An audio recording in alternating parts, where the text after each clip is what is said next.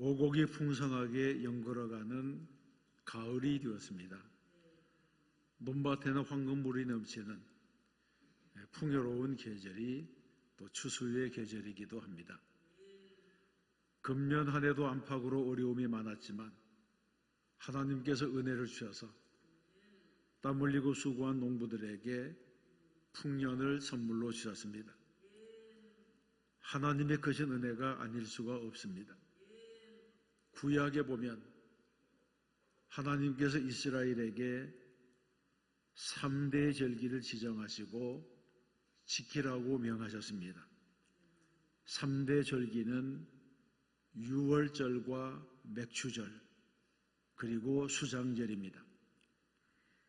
그런데 이스라엘 백성들은 가나안 땅에 정착한 다음 자신들이 짓지 않은 집에서 살고 자신들이 파지 않은 우물물을 먹고 자신들이 심지 않은 포도원과 감람나무를 차지해서 배불리 먹었음에도 불구하고 하나님의 은혜를 잊어버리고 감사하지 않았습니다. 이런 사람들을 위해서 하나님께서는 경고의 말씀을 주셨습니다. 이 경고의 말씀이 오늘 우리가 읽은 본문의 말씀입니다. 하나님을 잊어버린 너희여, 이제 이를 생각하라. 그렇지 아니하면 내가 너희를 찢으리니 건질 자 없으리라. 감사로 제사를 드리는 자가 나를 영화롭게 하나니 그의 행위를 옳게 하는 자에게 내가 하나님의 구원을 보이리라. 아멘. 오늘의 본문에서는 하나님의 은혜를 잊어버린 자와 하나님께 감사로 제사를 드리는 자가 어떻게 다른지를 비교하고 있습니다. 이 세상에는 어떤 사람들이 있습니까? 먼저 하나님을 잊어버린 사람입니다. 22절에서 말씀합니다. 하나님을 잊어버린 너희여, 이제 생각하라. 그렇지 아니하면 내가 너희를 찢으리니 건질 자 없으리라. 아멘. 하나님을 잊어버렸다고 하는 것은 하나님에 대한 관심과 사랑을 잊어버렸다고 하는 것이고 하나님을 향한 믿음을 저버렸다고 하는 말씀입니다. 이것은 이스라엘 백성들이 가나안 땅에 정착하고 난 다음 광야에서 구름기둥과 불기둥으로 인도하시고 메추라기와 만나를 먹이시던 하나님을 떠나서 다른 신을 섬기며 물질의 복을 주신 하나님을 떠나서 물질을 섬기는 죄를 저지르고 있다고 하는 경고의 말씀입니다. 하나님께서는 이스라엘을 사랑하셔서 너희는 다른 신들, 곧 내 사면에 있는 백성의 신들을 따르지 말라 이렇게 명하셨음에도 불구하고 하나님 외에 다른 관심거리를 찾고 하나님 외에 다른 사랑의 대상을 찾고 다른 신뢰의 대상이 생겼다고 하는 것을 말해줍니다. 그래서 하나님을 잊어버리고 하나님을 떠나서 하나님의 심판을 받았다고 하는 것이 바로 본문의 말씀입니다. 그러면 하나님을 잊어버리면 어떤 현상이 일어납니까? 하나님을 잊어버리면 영적인 탈진 상태가 됩니다. 마음으로부터 하나님을 떠나면 예배하는 일, 기도하고 찬송하는 일, 성경을 읽고 묵상하는 일, 성도와 교제를 나누는 일, 이 모든 일들이 귀찮아지게 됩니다. 하나님과의 소통이 끊어지면 은혜를 공급받고 능력을 공급받을 수 있는 길이 막히기 때문에 영적으로도 힘이 빠지고 무기력한 상태가 됩니다. 그래서 점점 신앙에서 멀어지고 세상과는 가까워지게 됩니다. 또 하나님을 잊어버리면 감사가 소멸됩니다. 하나님과 멀어지면 원망과 불평이 그치지 않고 짜증스러운 일들이 생겨납니다. 감사가 사라진 사람에게는 눈빛이 달라집니다. 좋은 것도 좋게 보지 않습니다. 생각이 삐뚤어지고 언어가 거칠어지고 행동이 난폭해집니다. 이것이 바로 하나님을 떠난 사람들의 특징입니다. 하나님의 영이 떠나가면 악한 영에 사로잡히기 때문에 그렇게 될 수밖에 없는 것입니다. 또 하나님을 잊어버리면 삶이 파괴됩니다. 22절에서 내가 너희를 찢으리니 건질 자 없으리라, 이렇게 말씀하신 것처럼 하나님을 떠난 사람은 인격도 정신도 영혼도 산산조각이 납니다. 찢는다고 하는 것은 분열과 파괴를 의미합니다.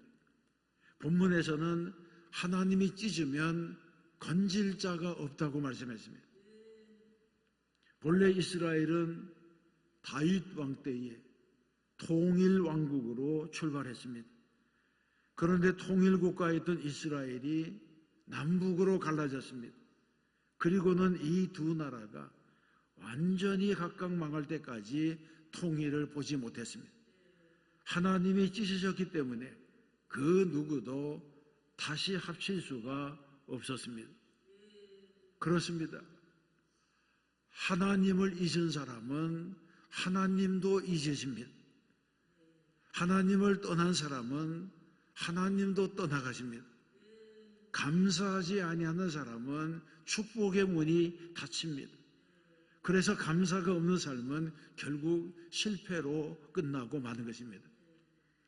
그러므로 하나님께 은혜를 받은 사람은 감사를 잊어서는 안 되는 줄로 믿습니다. 날마다 감사하는 성도가 되시기를 주님의 이름으로 축원합니다. 두 번째로 살펴볼 것은 감사로 제사를 드리는 사람입니다. 23절은 감사로 예배를 드리는 사람에게 주시는 하나님의 약속의 말씀입니다.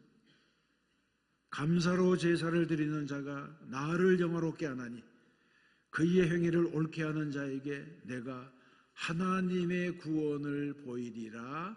아멘. 이 말씀은 예배의 출발이 감사라야 한다고 하는 것을 말씀하고 있습니다. 돌아보면 우리에게는 감사할 일이 너무나 많습니다. 오늘 예배 드릴 수 있도록 건강을 주시고 환경을 주시고 기회를 주신 것도 감사입니다. 이 세상의 수많은 사람들 가운데 나를 하나님의 자녀로 불러주신 것도 감사합니다. 나에게 죄사함의 은혜를 주시고 구원의 은혜를 주신 것도 감사하고 또 이 나라에서 태어나서 살게 하신 것도 감사의 제목입니다. 우리의 감사의 제목은 셀 수 없이 많습니다. 어떤 환경 보고서에서 전 세계적으로 일어나는 환경 파괴와 오염의 문제를 지적하면서 현재 매년 1100만 헥타르의 산림이 없어지고 있고 그곳에는 다시 나무를 심어도 자라지 못한다고 합니다. 또 매년 260억 톤의 곡식을 거두어들일 수 있는 땅이 황무지로 변하고 있고 매년 600헥타르의 땅이 사막화가 되고 있고 세계 도처에서는 매년 수천 개의 호수가 산업화의 영향으로 오염되고 죽어가고 있다고 했습니다. 그리고 지하의 물줄기도 말라가고 있기 때문에 샘을 파도 물이 나지 아니하고 매년 수천 종의 동식물이 멸종되고 있어서 적어도 20년 안에 모든 살아있는 종자의 5분의 1이 없어지게 될 것이라고 합니다. 여러분, 이런 보고는 얼마나 충격적인 보고입니까? 그런데 우리는 금수강산에 살고 있습니다. 아무데나 땅을 파면 물이 나오고 어디에나 씨를 뿌리면 싹이 나고 전국토가 산림으로 덮여 있고 산 좋고 물 좋은 나라에서 우리가 살고 있습니다. 중국은 겨울철만 되면 베이징의 하늘에 해가 보이지 않을 만큼 짙은 스모그가 있어서 고통받고 있지만 우리나라는 중국에서 스모그와 분진만 날아오지 않으면 깨끗한 공기를 마실 수가 있습니다. 얼마나 감사한 일입니까? 우리에게는 하나님께 감사드려야 할 일들이 너무나 많습니다. 역사적으로도 보면 구한말 이후에 우리나라에 달라진 것이라고 하는 것은 복음을 받아들인 일, 기독교 인구가 4분의 1이 된 것밖에는 달라진 것이 없습니다. 그런데 이런 달라진 것이 복음이 되어서 우리의 민족을 새롭게 했습니다. 복음을 가진 우리 민족은 가치관, 정신세계, 미래에 대한 소망, 비전에 대한 긍정적 영향, 이 모든 분야에 영향을 받게 되었습니다. 또 훈련된 그리스도인들이 신문물을 받아들이고 근대화와 산업화의 주역이 되었습니다. 그래서 복음이 차단된 북한 땅은 암흑의 세계가 되고 동토의 세계가 되었지만 복음의 꽃이 활짝 핀 남쪽은 오늘같이 발전된 나라가 되었습니다. 이 모든 것은 하나님의 은혜입니다. 그러므로 우리에게는 하나님께 드려야 할 감사가 너무나 많이 있습니다. 그러면 우리는 어떻게 감사하며 살아가야 됩니까? 먼저 우리는 항상 마음속에 감사하는 마음이 있어야 됩니다. 하나님의 은혜를 생각할 때마다 벅찬 감사, 벅찬 감격이 내 안에서 흘러나와야 합니다. 그리고 항상 입으로 감사를 표현해야 됩니다. 축복은 감사할 때까지는 축복이 아니라고 했습니다. 그러므로 우리는 입을 열 때마다 주님 감사합니다. 모든 것이 주님의 은혜입니다. 이런 고백이 일상의 고백이 되어야 할 줄로 믿습니다. 또 우리는 감사의 예물을 드려야 됩니다. 구약의 제사에는 언제나 제물이 있었습니다. 제물이 없이 드릴 수 있는 예배가 없었습니다. 레위기 17장에서 하나님께서는 육체의 생명인 피에 있습니다. 생명이 피에 있으므로 피가 죄를 속하느니라고 했습니다. 그래서 구약의 예배에는 언제나 황소를 드림으로 양과 염소를 드림으로 비둘기와 산새를 드림으로 하나님께 예배를 드렸습니다. 이처럼 감사로 제사를 드리는 사람에게는 은혜가 임합니다. 감사로 드리는 예배는 하나님을 영화롭게 합니다. 하나님을 영화롭게 한다고 하는 것은 하나님을 기쁘시게 하고 하나님의 말씀에 순종하고 하나님 중심으로 산다고 하는 것을 의미합니다. 하나님께서는 우리가 감사로 예배를 드리는 것을 기뻐하십니다. 그래서 오늘 본문에서도 감사로 제사를 드리는 자가 나를 영화롭게 한다고 말씀하신 것입니다. 구약 성경에 보세요. 아브라함과 이삭과 야곱은 가는 곳마다 제단을 쌓고 하나님께 제사를 드렸습니다. 그러자 하나님께서는 가는 곳마다 복을 주시고 은혜를 베푸셨습니다.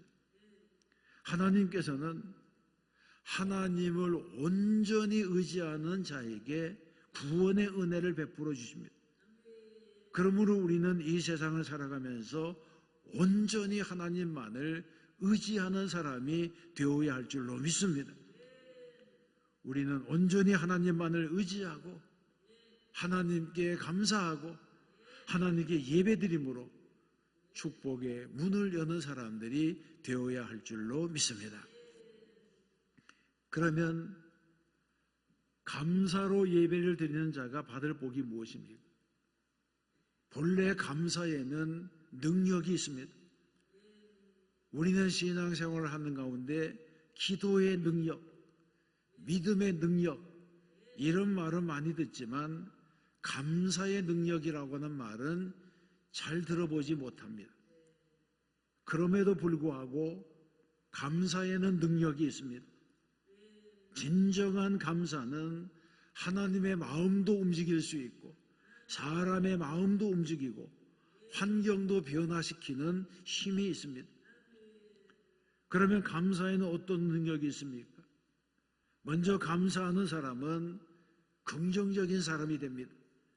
감사는 부정적인 사람을 긍정적인 사람으로 변화시키는 힘이 있습니다. 부정적인 사람은 언제나 밝은 면보다는 어두운 면을 먼저 보고 좋은 것보다는 나쁜 것을 먼저 생각합니다. 그래서 이런 사람은 감사보다는 원망과 불평이 많고 시기와 질투, 더 나아가서 비판과 다툼을 즐기던 사람이 됩니다. 그런데 이런 사람은 이미 마음에 마귀가 틈을 탄 것입니다. 사탄 마귀가 이 사람의 인격과 생각을 사로잡아 지배하고 있는 것입니다. 이런 사람은 사탄의 세력을 물리쳐야지 성공적인 삶을 살 수 있습니다. 사탄 마귀와 영적 전쟁에서 승리해야지 자유롭게 됩니다. 이를 위해서 우리는 더 열심히 예배하고 더 열심히 기도해야 됩니다. 주님께서 말씀했습니다. 기도 외에 다른 것으로는 이런 종류가 나갈 수 없느니라고 했습니다. 기도하지 않으면 악한 세력의 지배에서 벗어날 수가 없다는 것입니다. 또 감사하는 사람은 환경을 변화시킵니다.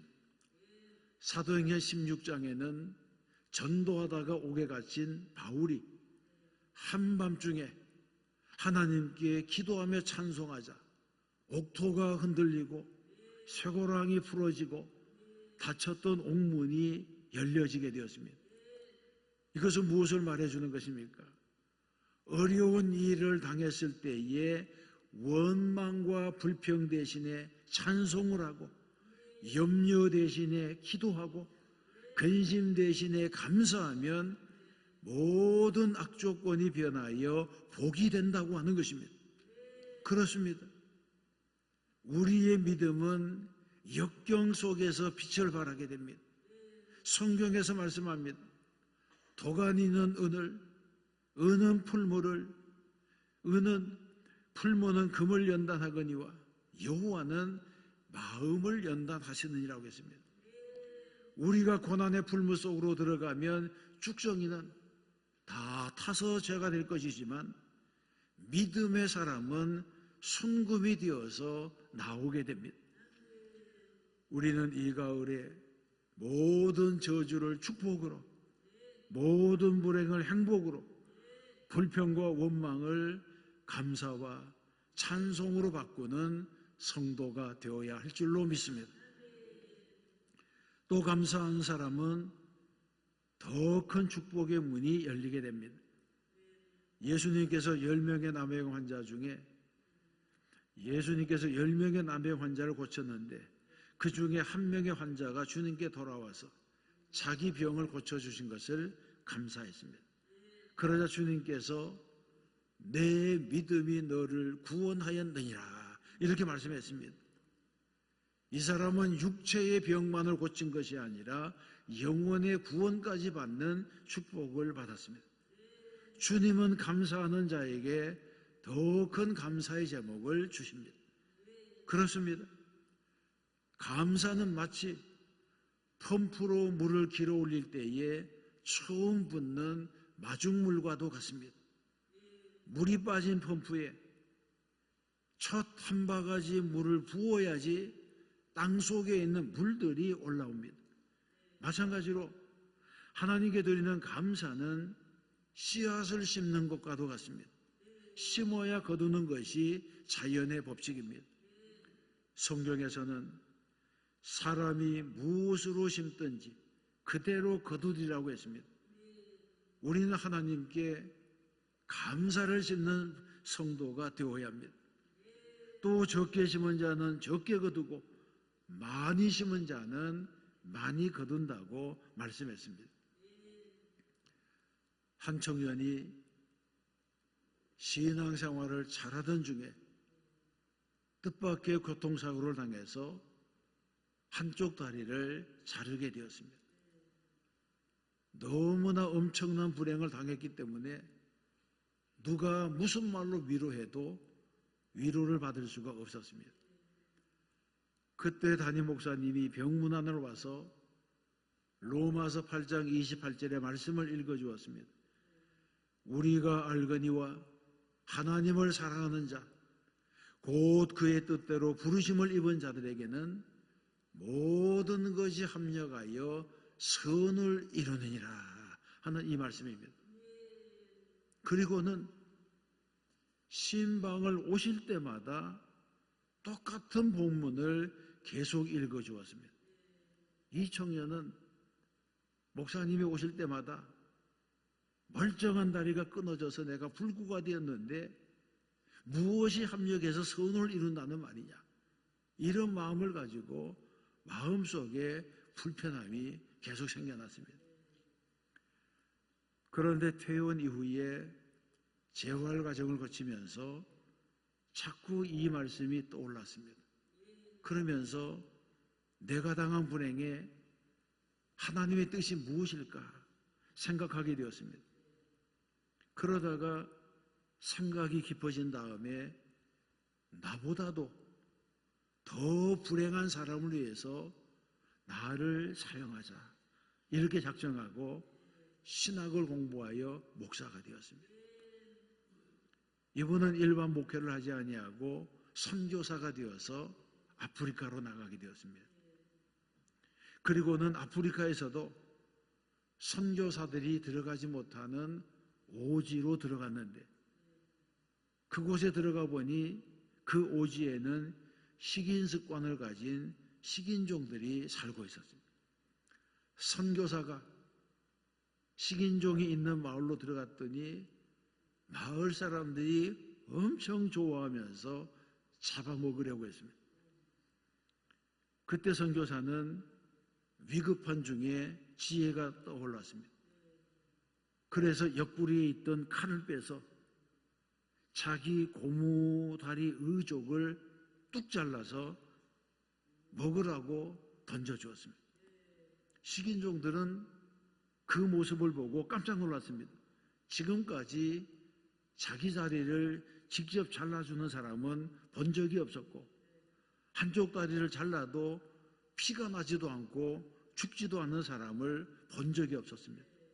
그 식인종들은 이 사람은 필경 사람이 아니고 신이라 그렇게 생각했습니다. 그래서 선교사 앞에 엎드려서 선교사가 하는 말에 귀를 기울이면서 복음을 받아들이게 되었다는 것입니다. 그때서야 비로소 이 청년은 우리가 알거니와 하나님을 사랑하는 자, 곧 그의 뜻대로 부르심을 입은 자들에게는 모든 것이 합력하여 선을 이루니라, 이 말씀의 뜻을 깨달았다고 간증했습니다. 사랑하는 성도 여러분, 바울은 성도들에게 기도를 계속하고 기도에 감사함으로 깨어 있으라고 했습니다. 다시 말해서 감사하는 마음이 내 안에서 떠나가지 않도록, 감사하는 마음이 내 안에서 지워지지 않도록, 감사하는 마음이 내 안에서 시들지 않도록 깨어 있으라고 말했습니다. 우리는 감사하는 마음이 흐려질 때마다 죄악에서 구원하여 주신 은혜, 헤어나올 수 없는 고난과 시련 가운데서 건져주신 은혜, 수많은 사건과 사고, 재난 가운데서도 보호해 주신 은혜, 또 예수를 믿음으로 이 시간에도 죄 짓는 장소에 가지 않고 하나님 앞에 나와서 예배드리게 하신 은혜를 생각하고 깊이 감사해야 하는 것입니다. 감사를 잃어버린 사람은 하나님께서도 싫어하십니다. 이 가을에 하나님께서 내 삶 가운데, 우리 가정에, 나의 생업과 직장에 베풀어 주신 은혜를 기억하고 감사하는 성도가 되어야 할 줄로 믿습니다. 오늘은 추수감사절입니다. 지난 한 해 동안 베풀어 주신 하나님의 은혜에 깊이 감사하는 성도가 되시기를 바랍니다.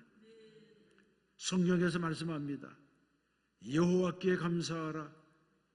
그는 선하시며 그 인자하심이 영원하미로다. 아멘.